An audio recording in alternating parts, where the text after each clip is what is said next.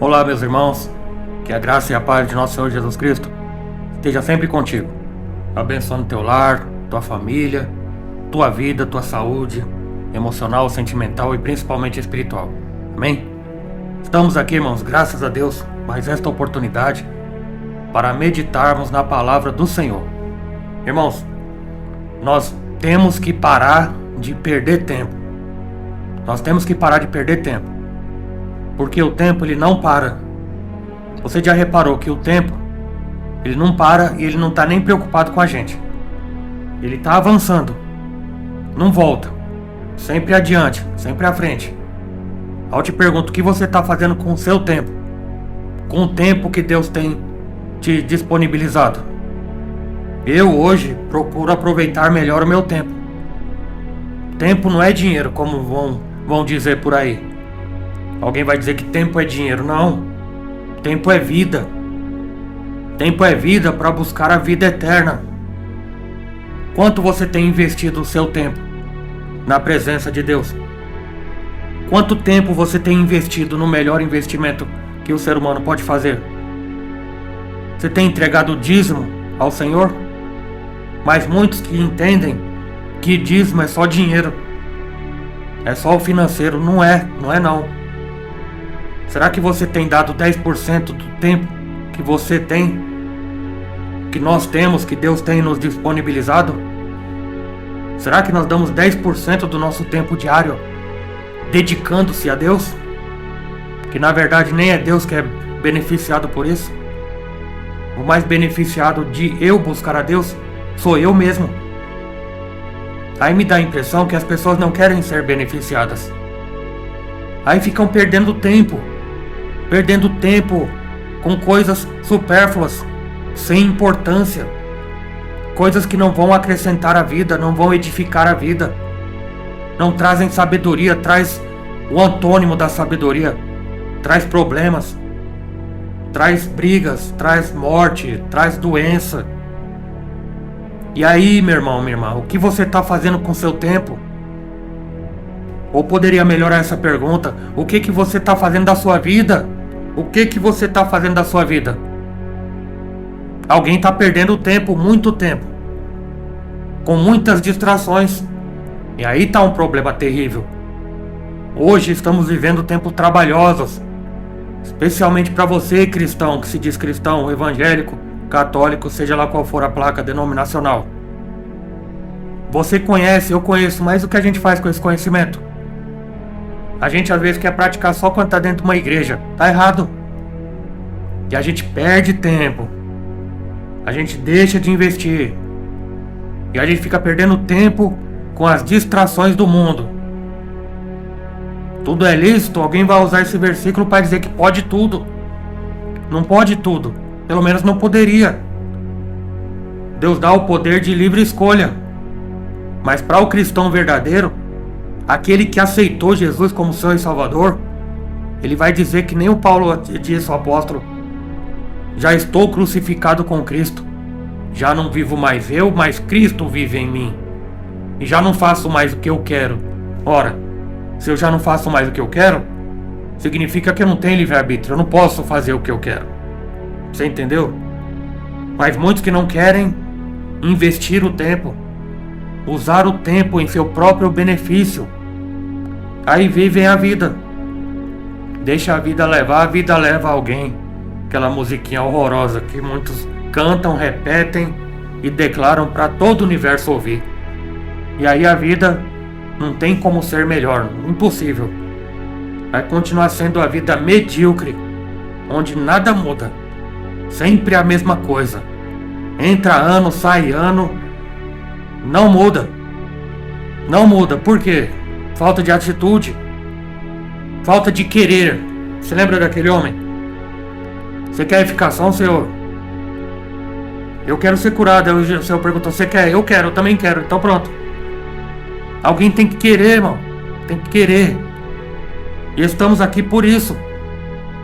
Por isso, para que alguém queira buscar ao Senhor, para ficar bem, para ficar melhor. Alguém que vai se sabotar, se auto-sabotar dizendo que está bem, mas ela sabe que não está tão bem. Ou pelo menos sabe que poderia estar muito melhor. E aí? Investi o tempo. Ah, pastor Fábio, mas a sua mensagem é muito demorada. Então, quantas horas tem no dia? 24. 2 horas e 40. Parece muito? Vamos dividir então. 12 horas no claro.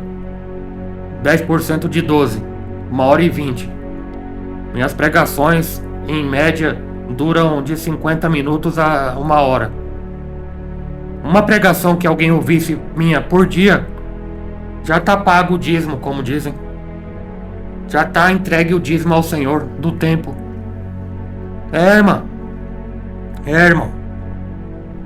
Pra quem gosta de me ouvir, não é obrigado me ouvir. Tem muitas outras fontes de informação e de pregação da palavra do Senhor. Mas não, a gente gosta de perder tempo com bobagens, com copinha, com bolinha, com coisa de criança, com não sei o que junino, com não sei o que santa não sei das quantas, né? Aí perde tempo. E eu sou com muita vontade de fazer milagre na vida do povo, mas o povo não quer. Você lembra aquele versículo do Novo Testamento? E Jesus não pôde fazer muitos milagres na sua cidade natal. Ele não pôde, não que ele não podia, porque ele não tinha poder. Ele tinha poder para fazer, mas ele não pôde. Por quê? Porque o povo não acreditava, não tinha fé e não queria. Ora, se alguém não quer, não haverá. Se alguém não quer, não tem bênção, não tem vitória, não tem nada e continua tudo do jeito que tá, ou seja, ruim demais. E aí caminha a humanidade e, como diz o meu amigo músico, e o pulso ainda pulsa.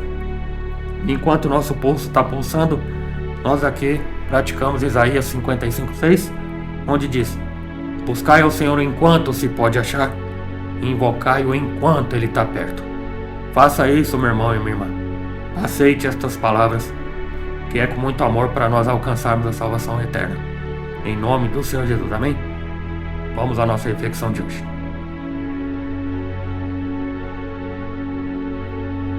Vamos ler aqui, irmãos, em 1 Coríntios, capítulo 1. Quero trazer uma reflexão aqui para nós. 1 Coríntios, capítulo 1. Vamos ler aqui, deixa eu ver. Vamos começar do versículo 1. 1 Coríntios, carta do apóstolo Paulo.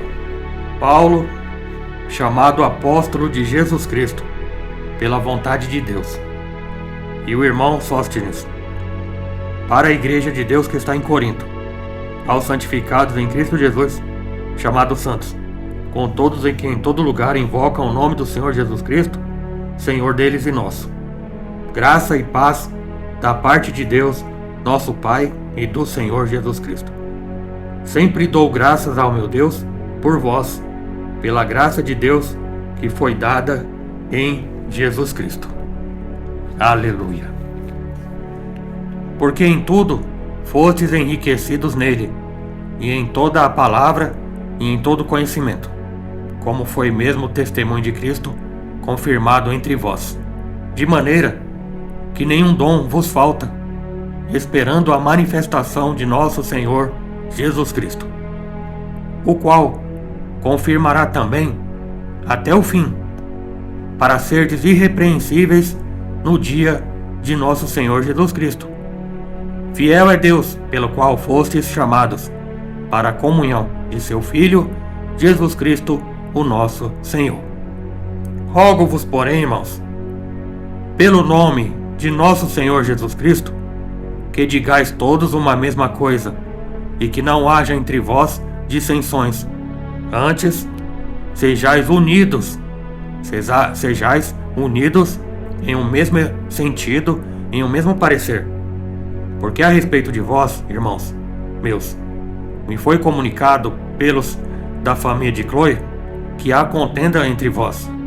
Quero dizer com isto que cada um de vós diz: eu sou de Paulo, eu sou de Apolo, e eu de Cefas, e eu de Cristo. Está Cristo dividido? Foi Paulo crucificado por vós? Ou foste vós batizados em nome de Paulo? Dou graças a Deus porque nenhum de vós batizeis, senão a Crispo e a Gaio, para que ninguém diga que fostes batizados em meu nome. E batizei também a família de Estéfanas. Além desses, não sei se batizei algum outro. Porque Cristo enviou-me, não para batizar, mas para evangelizar, não em sabedoria de palavras, para que a cruz de Cristo não se faça vã. E o versículo 18. Porque a palavra da cruz é loucura para os que perecem, mas para nós, que somos salvos, é o poder de Deus. Aleluia. Tem aqui, amém? Veja que texto maravilhoso, irmãos. Pois a mensagem da cruz é loucura para os que estão perecendo, mas para nós é o poder de Deus. Aleluia. Essa expressão, irmãos, a mensagem da cruz é loucura, louvado seja Deus, ela foi a posição de um grupo de sábios gregos e judeus da época de Paulo na cidade de Corinto, em relação à pregação do Evangelho. Loucura no sentido de que isso é um total contrassenso, contraria todas as aparências, e nós sabemos que nós não vivemos de aparência, não vivemos do que vemos apenas. Ou seja, para eles, parece tolice tudo isso de Evangelho. Dizer que Deus oferece salvação através da cruz de Cristo, e não através da linguagem de sabedoria, é loucura para eles. Sem ainda entrar no mérito, o apóstolo afirma que em torno dessa questão se decide vida e morte. A palavra é loucura para os que estão se perdendo, e o poder de Deus para os que estão se salvando, por causa de uma divisão no meio da comunidade, que provoca uma reação diferente nas pessoas. Para alguns parece loucura, são os que não acreditam nela, e para os outros que creem, é o poder de Deus para a salvação, ou seja, na tomada de decisão. É por isso que eu digo, tem que se tomar uma decisão. Tem que tomar uma decisão para parar de perder tempo. Tem que tomar uma decisão na vida. A gente sabe que pela graça sois salvos, mas alguém quer ser salvo? Se eu perguntar quem quer ir para o céu, todo mundo quer ir para o céu. Se perguntar quem quer ir para o inferno, misericórdia, irmão, claro que eu não quero ir para o inferno. Mas só falar da boca para fora é fácil. Louvado seja Deus. Muitos me dizem, Senhor, Senhor, mas o seu coração está longe de mim. Louvado seja Deus, adoro apenas com os lábios. Então tem que querer, irmão, tem que querer, tem que decidir. Tem que crer na mensagem da cruz, no Evangelho. Falar de Deus em Provérbios 3, versículo 5 diz: confia no Senhor de todo o teu coração e não se estribe o homem no seu próprio entendimento. Ou seja, a sabedoria do homem, irmão. A sabedoria do homem pode ser o gênio, não vai levar para a salvação. É apenas pelo nome de nosso Senhor Jesus Cristo, pela mensagem da cruz, ou seja, o sacrifício do Cordeiro Imaculado. Só por esse meio e por esse intermédio. E basicamente, irmãos, esse foi o conflito vivenciado pelo apóstolo Paulo nesse período, na qual ele, instruído pelo Espírito Santo, buscava ensinar. E essa reflexão é oportuna para os dias de hoje, pelo fato de estarem florescendo e sendo amplamente divulgadas correntes filosóficas em muito semelhante ao gnosticismo do século I. E isso, uma ampla aceitação, isso que é o pior, nas classes média e alta, até mesmo nas mais baixas. E segundo os incrédulos, salvação por meio da fé em Jesus Cristo crucificado é um completo absurdo, já que a palavra deles e para eles tudo deve seguir uma lógica, não diferente dos judeus e gregos desse tempo. Eles defendem a tese de que cada um deve salvar a si próprio por meio de sucessivas reencarnações, para somente após isso, diversas vidas na Terra atingirem a maturidade espiritual para alcançar a salvação eterna. E a gente sabe que isso é uma grande mentira.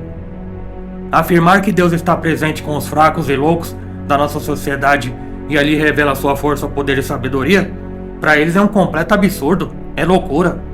Para eles tudo será conquistado por mérito próprio, em detrimento ao versículo que eu citei anteriormente de Provérbios, capítulo 3, versículo 5. O fenômeno de alguns movimentos religiosos e filosóficos vem mostrar como é atual a pregação do apóstolo Paulo para os dias de hoje. Outro exemplo é a doutrina do purgatório, que para alguns é um conceito que define um estado ou um processo de purificação final após a morte. Ele é destinado às almas que morrem na graça e na amizade com Deus, ou seja, ainda não estão salvas ou vão ser salvas depois, porque eles ainda precisam se libertar dos resquícios, apegos e consequências temporais dos pecados antes cometidos para entrar na perfeita santidade no céu. Para mim, na verdade, purgatório é o dormitório das pulgas, só isso. É outra grande mentira. Mas nós, protestantes, rejeitamos essa doutrina por completo. Defendemos pela palavra que a salvação pela fé em Jesus Cristo purifica o homem de forma imediata e definitiva, sem necessidade de etapas intermediárias pós-morte. Atos 4,12 diz: em nenhum outro há salvação, porque também debaixo do céu e nenhum outro nome há dado entre os homens pela qual devamos ser salvos. É só por intermédio de Jesus Cristo, não precisa de purgatório, não precisa de nenhum incremento, de nenhuma mentira, chega de mentira. Aí alguém pergunta, o que aconteceu na cruz? Talvez até um evangélico, sem evangélico vai perguntar isso. Jesus Cristo, Filho de Deus, veio ao mundo para cumprir um propósito específico: resgatar pecadores. 1 Timóteo 1,15. Esta é uma palavra fiel e digna, e de toda aceitação, que Cristo Jesus veio ao mundo para salvar os pecadores, dos quais eu sou o principal. Paulo disse. Na cruz ele tomou sobre si o castigo que era dado a nós, devido a nós, sofrendo em nosso lugar para que pudéssemos ser reconciliados com Deus. E isso é conhecido como expiação vicária. Ele morreu, o Senhor Jesus Cristo morreu em nosso lugar. Isaías 53:5. Mas ele foi ferido pelas nossas transgressões e moído pelas nossas iniquidades. O castigo que nos trouxe paz, a paz estava sobre ele, e pelas suas pisaduras fomos sarados.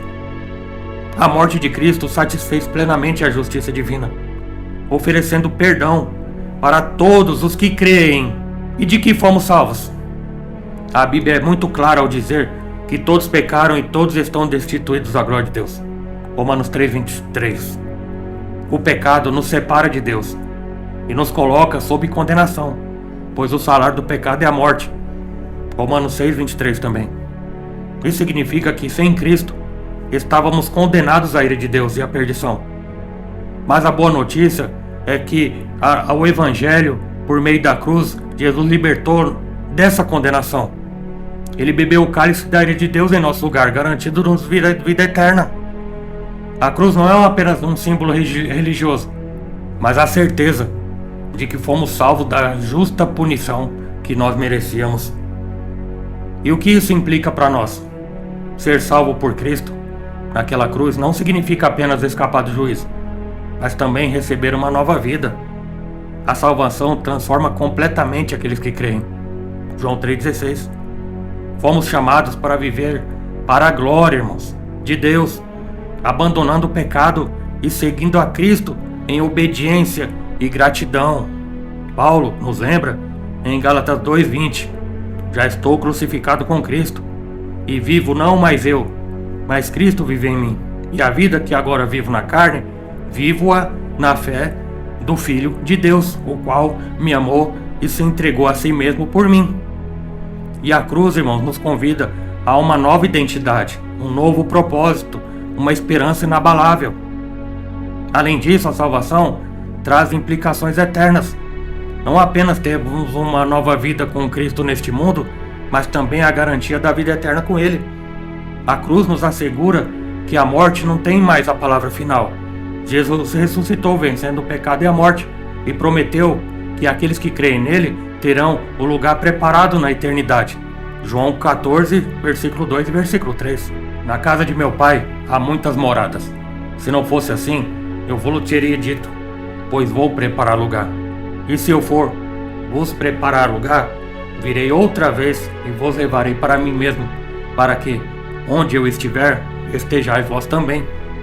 Você entendeu? Nossa esperança, irmãos, não está limitada a esta vida aqui nessa terra, mas se estende para a glória futura, onde estaremos para sempre na presença de Deus. Essa é a nossa crença, esse é o nosso objetivo. Então, a mensagem da cruz, para quem não acredita, é caminho para a perdição. Ou como Paulo escreveu, é loucura para os que estão se perdendo, ou seja, tais humanos estão desorientados e se condenando gradativamente. Lembra do Salmo 42:7? Um abismo chama outro abismo, e assim estão se perdendo diariamente. Outra expressão do versículo aqui: para nós que somos salvos é o poder de Deus. Devemos tomar posse, irmão, dessa verdade. Em Cristo Jesus nós já estamos salvos. Diferente de alguns que dirão que a salvação é apenas depois da morte e do julgamento. E aqui está uma chave da vitória para nós. Muitos dirão que é tolice, muitos dirão que é coisa de gente fraca, muitos dirão que é folclore. Mas para nós, a palavra de Deus, a palavra da cruz, o Evangelho é o poder de Deus.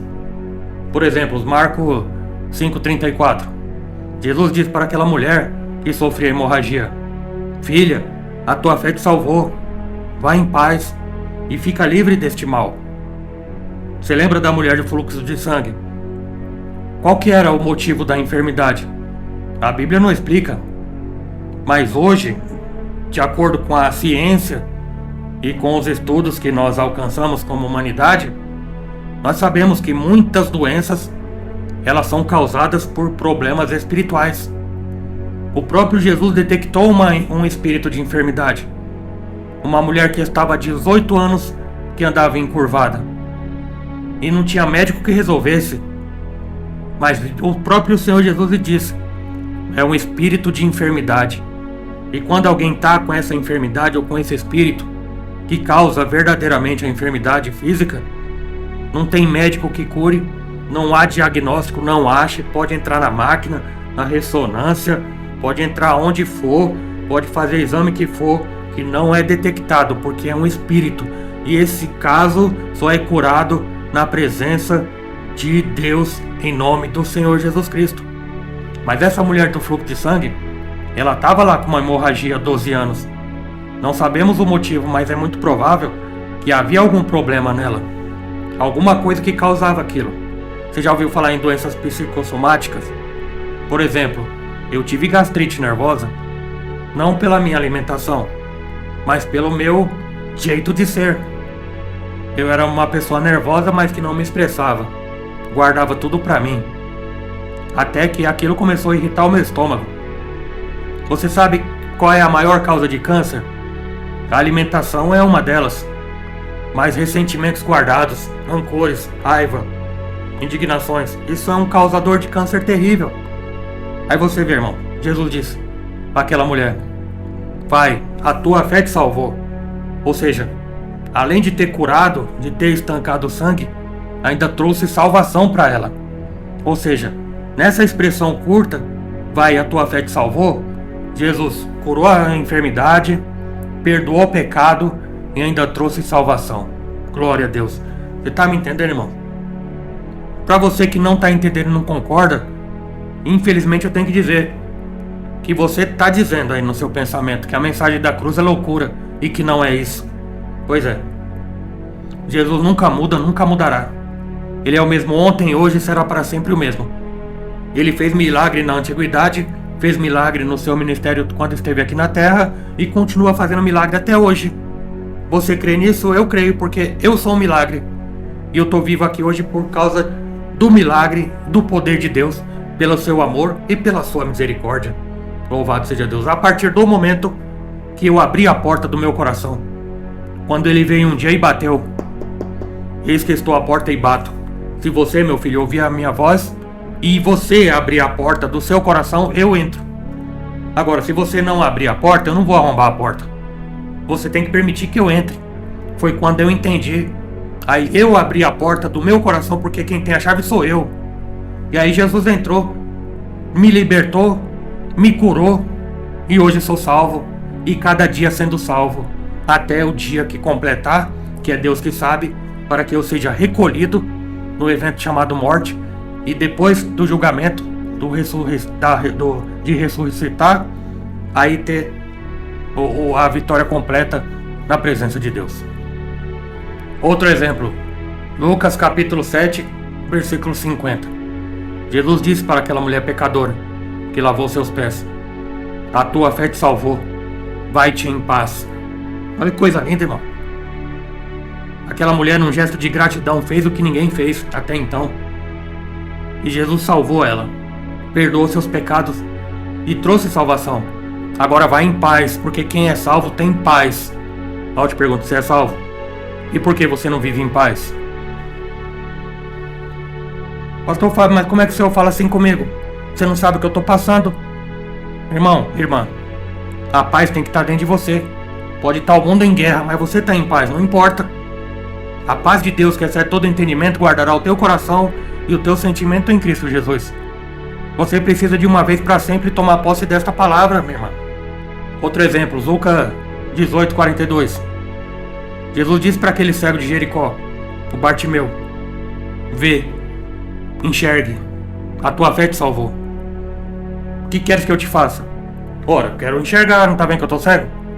Então vê agora, a tua fé te salvou. Curou e salvou. Mateus 9:22. Jesus disse para aquela mulher que tocou em suas vestes: tem bom ânimo, filha, a tua fé te salvou. Que maravilha, irmão. E para encerrar, irmãos, eu quero aqui deixar uma orientação que inclusive é bíblica, tá bom? Filipenses capítulo 3. Irmãos, Paulo dizendo: quanto a mim, não julgo que haja alcançado, mas uma coisa eu faço, e que é, esquecendo-me das coisas que ficam para trás e avançando para as que estão à frente, prossigo para o alvo, pelo prêmio da soberana vocação de Deus em Cristo Jesus. Pelo que todos quantos já somos perfeitos, sintamos isto mesmo. E, se sentes alguma coisa de outra maneira, também Deus vô-lo revelará. Mas, naquilo a que já chegamos, andemos segundo a mesma regra, e sintamos o mesmo. E Paulo diz: sede também meus imitadores, irmãos, e tende cuidado, segundo o exemplo que tendes em nós, pelos que assim andam. Porque muitos há dos quais muitas vezes vos disse, e agora também digo, chorando, que são inimigos da cruz de Cristo. E o fim deles é a perdição. O Deus deles é o ventre, e a glória deles é para a confusão deles mesmos, que só pensam nas coisas terrenas. Mas a nossa cidade está no céu, donde também esperamos o Salvador, o Senhor Jesus Cristo. E esta é a nossa esperança, para nós que estamos sendo salvos e queremos alcançar a salvação eterna. Essa é a nossa meta, esse é o nosso objetivo. Esquecemos das coisas que ficaram para trás, vivemos o hoje com esperança no amanhã. O que ficou para trás, o que ficou ontem é no lugar dele que ele está agora, que é no passado, e eu não tenho que ficar considerando o passado.